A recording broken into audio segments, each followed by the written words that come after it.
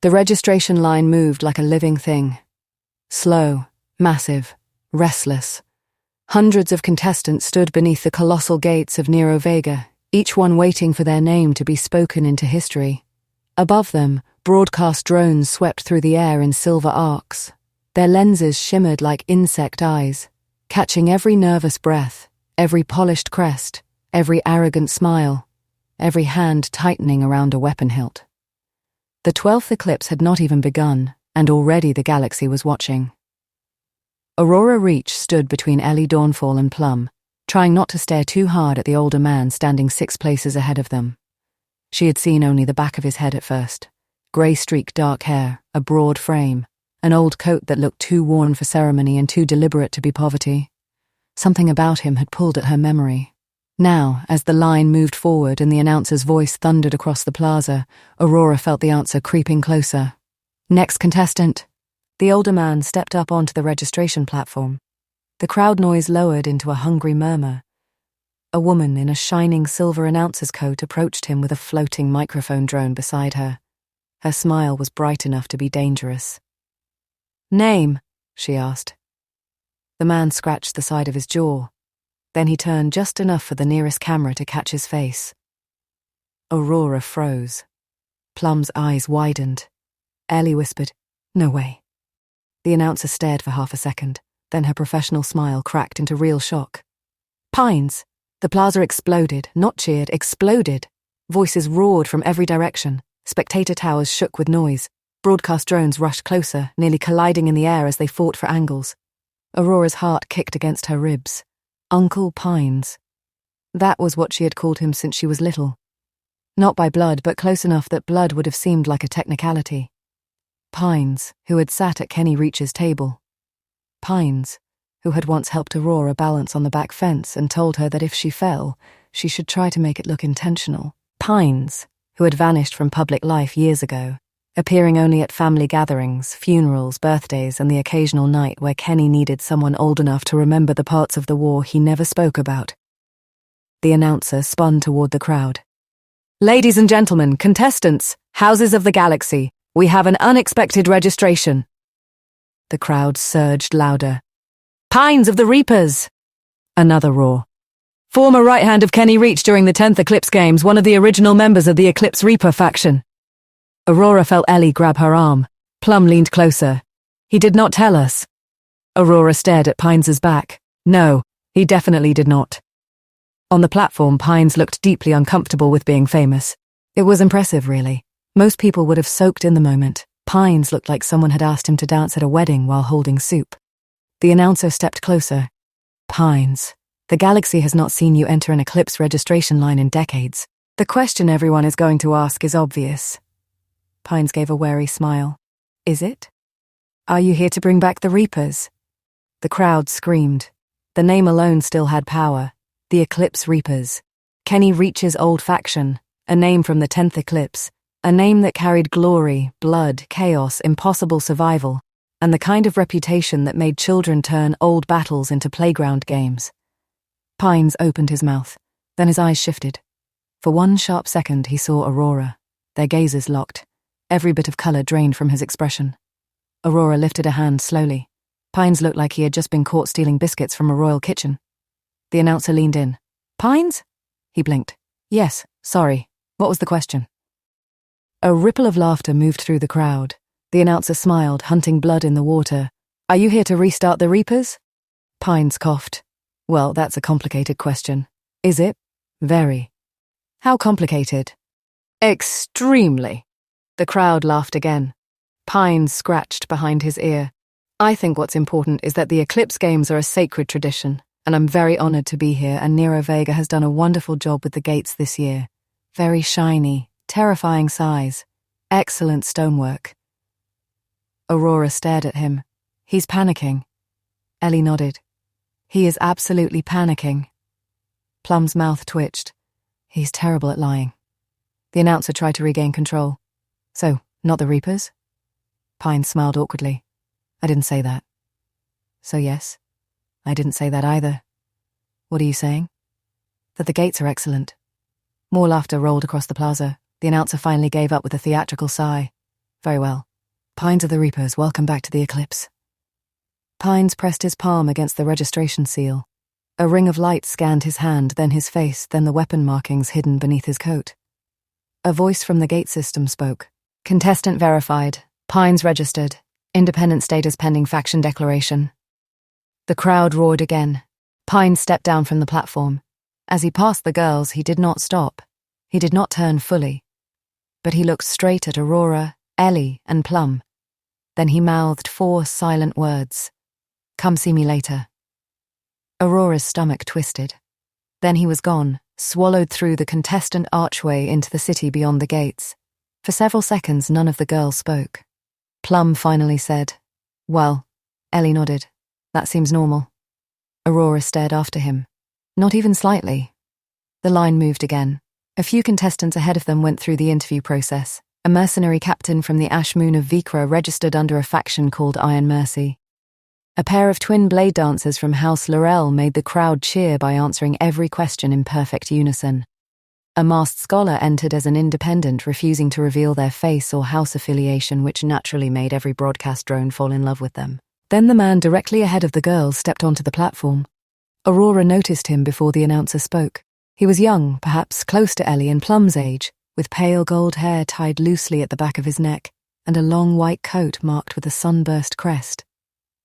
His armor was elegant rather than heavy, fitted in layered plates that caught the light with soft amber reflections. He carried no obvious arrogance. That alone made him unusual. Most noble contestants looked as if they were waiting for the galaxy to thank them for arriving. This one simply looked calm. The announcer smiled. Name? The man inclined his head. Kael Solvaris. A murmur moved through the crowd. The announcer's eyes brightened. Prince Kael Solvaris of House Solvaris. He gave a small, polite smile. One of them, yes. Ellie leaned toward Aurora. House Solvaris? Plum answered quietly. New dynasty. Trade corridors near the Eastern Rim. Humanitarian fleets after the war. They built half the refugee stations after the rain collapse. And Aurora glanced at her. How do you know that? Plum shrugged. I read. Ellie smiled. Dangerous habit. On the platform, the announcer continued. House Solvaris has become one of the fastest rising dynasties in the post-war era. Many expected your older brother to enter. Why you? Kael thought for a moment. My brother is better at speeches. The crowd laughed lightly. Kael continued. I am better at surviving uncomfortable places. The announcer seemed delighted. And do you enter alone? For now. Looking for allies? Always. Looking for enemies? Kael's smile changed slightly. No, but I found light provides them without needing to search. Aurora felt herself smile despite the nerves still buzzing beneath her skin. There was something easy about him, not weak, not soft, easy, like a person who had been raised around power but had not swallowed it whole. The announcer leaned closer. Any message to the other contestants? Kael looked toward the gates, then over the crowd. Then briefly his eyes landed on Aurora, Ellie, and Plum. Not lingering too long. Just enough. I hope we all become something better than what brought us here. The crowd softened at that. Even the announcer seemed caught off guard. Kael placed his palm to the seal.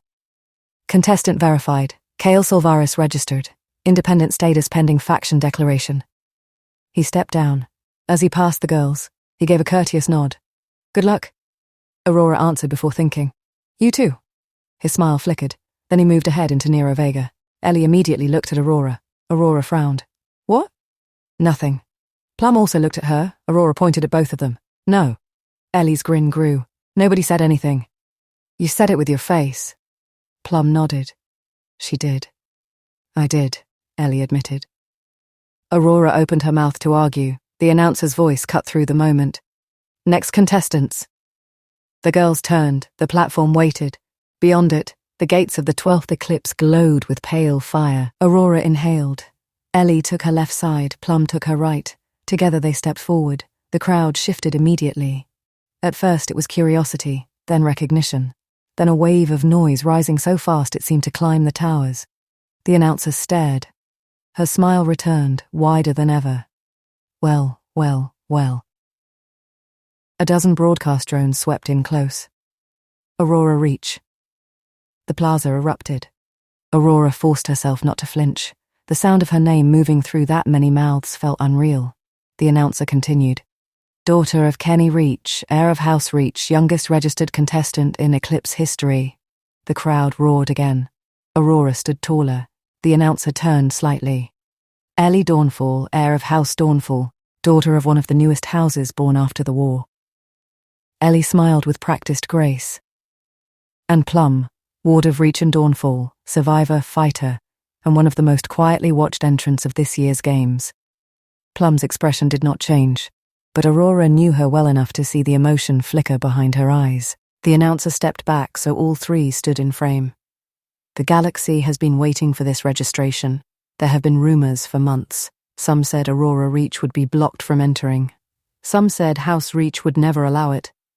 Some said the youngest contestant in Eclipse history was only a political fantasy. Aurora smiled. I've been called worse. The crowd laughed. The announcer grinned. So it's true then? You are entering? Aurora looked at Ellie, then Plum, then back to the announcer. We are. We? Ellie stepped forward. As a faction? The announcer's eyebrows rose. A pre-made faction from registration? Plum nodded. From the start. The crowd stirred. Pre-made factions were risky. Powerful, yes, but risky. They declared loyalty early, which meant they also declared targets early. In the Eclipse, attachment could save your life or get you killed before the first year ended. The announcer's voice sharpened with excitement. And your faction name? Aurora felt the old memory bloom in her chest. 3 little girls on a bedroom floor. Blankets draped over chairs like palace walls. Toy weapons scattered everywhere. A hand-drawn map of a planet that did not exist yet. Ellie wearing a blanket like a royal cape. Plum declaring that their future house needed a terrifying name. Aurora, 7 years old, insisting that terrifying and pretty could be the same thing. The name had survived as a joke, then as a promise, then as something too ridiculous to abandon. Aurora looked at her friends. Ellie was already biting back a smile. Plum's eyes were shining. Aurora turned back to the announcer and spoke clearly. Sparkle Doom. Silence. For one tiny perfect second, the entire plaza seemed to forget how sound worked. The announcer blinked. I'm sorry? Ellie lifted her chin with heroic seriousness. Sparkle Doom. Plum nodded solemnly. Officially. Somewhere in the crowd, one person laughed, then another. Then the whole plaza cracked open. Laughter, cheers, confusion, applause, disbelief. The broadcast drones spun madly around them, drinking in every second. The announcer tried to speak, failed, laughed, then recovered. House Reach and House Dawnfall's historic pre-made faction for the 12th Eclipse Games is called Sparkle Doom? Aurora gave the cameras her most serious expression. Yes. The crowd loved it. Far away, in a private viewing chamber overlooking the registration broadcast, Kenny Reach slowly placed his face into both hands. Beside him, Selene did the exact same thing. Neither spoke. On the screen, their daughter stood proudly beneath the gates of Nero Vega while the words Sparkle Doom flashed across the galactic broadcast in enormous silver letters. Kenny's voice came muffled through his palms. That was your side. Selene did not look up. That was absolutely your side. Kenny peeked through his fingers. We should have stopped this. We tried stopping the dangerous part, Kenny. I did not think to stop the name. On the broadcast, Aurora smiled like a criminal princess. Selene groaned. Our daughter has just announced Sparkle Doom to the entire galaxy. Kenny lowered his hands. After a moment, his mouth twitched. Selene pointed at him. Do not laugh. I'm not. You are. I'm grieving. You are not grieving. Kenny finally laughed. Selene tried not to, failed. Back at the gates, Aurora felt lighter than she had all morning. The announcer shook her head, still smiling. Well then. Aurora Reach, Ellie Dawnfall, Plum of Reach and Dawnfall, faction Sparkle Doom. Welcome to the 12th Eclipse. One by one they placed their palms to the registration seal. Light scanned them. The gate system spoke. Contestants verified. Aurora Reach, Ellie Dawnfall, Plum, faction registered. Sparkle Doom. The name echoed across the plaza. The crowd roared again. The gates opened. Together the three walked into Nero Vega. Beyond the registration arch, the contestant district spread before them like a city within a city. Towers of glass and black stone rose around wide streets. Holographic banners displayed faction names, betting odds, house crests, contestant portraits, and live commentary from 100 networks. Aurora barely noticed any of it. She was looking for Pines. They found him near a quiet side passage away from the main crush of new contestants. He stood beneath a narrow awning, arms folded, looking like a man who had been dreading this conversation since before he was born. Aurora marched straight toward him. "Uncle Pines," he winced. "That tone is very Celine." Ellie folded her arms. "You entered the Eclipse?" Plum stepped beside her. "Without telling us?" Pines looked between them, then past them, then at the ground. "Lovely weather on Nero Vega." Aurora stared. "Pines," he sighed. "Fine." The humor drained from his face. For the first time that day, Aurora saw the man beneath the awkwardness, the old Reaper, Kenny's right hand, someone who knew exactly what the Eclipse could do to people. "I'm not here to compete against you," Pines said. The girls went still. Aurora's anger faltered. "What? I'm here to protect you." Ellie's expression sharpened. "Protect us from who?" Pines looked towards the city streets where contestants from every corner of the galaxy were already disappearing into towers, alleys, faction halls, and transport lines. "Everyone." Plum's voice lowered. "Did Kenny send you?" Pines shook his head. "No." Aurora studied him. "Then what is this?" "I went to Kenny and Celine myself." That landed harder than Aurora expected. Pines continued. "I asked for their blessing to enter." Aurora's mouth parted slightly. "They knew?" "Yes." Ellie looked toward the distant broadcast towers. "Of course they knew." Pines gave her a sympathetic look. "They didn't order it. They didn't ask me. I asked them." Aurora felt something twist inside her. Anger, relief, embarrassment, fear, all tangled together. Pines stepped closer, lowering his voice. "Aurora, your father supports your choice. So does your mother. Even if it scares the life out of her. But support doesn't mean pretending the galaxy is safe." Aurora looked away. Pines did not soften the truth. "You are Kenny Reach's daughter. Ellie is Dawnfall. Plum is tied to both of you.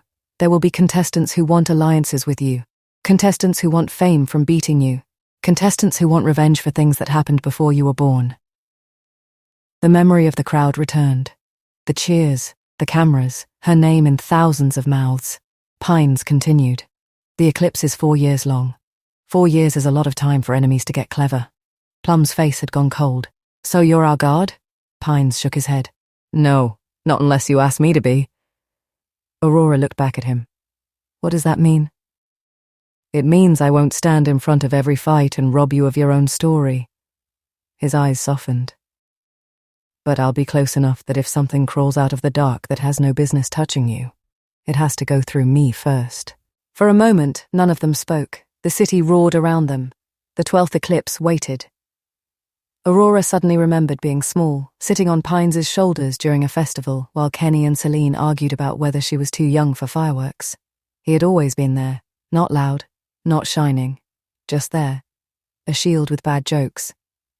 Aurora swallowed. "You should have told us." Pines nodded. "Yes. We're still mad." "Fair," Ellie pointed at him. "You don't get to boss us around. I would never dream of it." Plum raised an eyebrow. "You absolutely would." "I might dream of it. Quietly." Aurora tried not to smile, failed. Pines saw it and relaxed slightly. "So," he said, "Sparkle Doom." All 3 girls groaned. Aurora pointed at him. "Don't!" Pines' mouth twitched. "No. Strong name." Ellie narrowed her eyes. "Careful." "Terrifying." Plum stepped forward. "Pines. Glitter-based violence. Very respected tradition." Aurora laughed, despite herself. And just like that, the fear did not vanish. But it changed shape. Nero Vega no longer felt like a mouth waiting to swallow them. It felt like the beginning of something enormous. Behind them, the gates continued to thunder as more contestants entered. Ahead of them, the city of the Eclipse opened in all directions. Somewhere inside it waited allies, enemies, secrets. 4 years of danger. 4 years to build a legacy. Aurora Reach looked at Ellie, then Plum, then Pines, her father's old Reaper, her mother's silent insurance policy, their unexpected shield. Aurora lifted her chin. "All right then." Ellie smiled. "Where do we start?"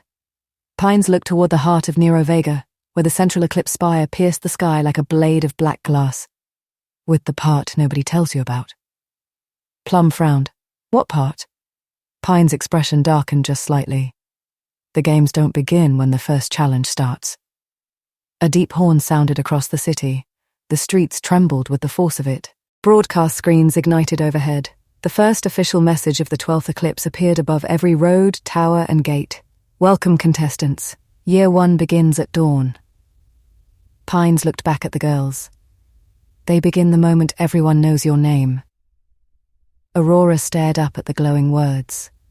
Sparkle Doom had entered the eclipse, and somewhere in the city, 400 contestants had just learned exactly who they were.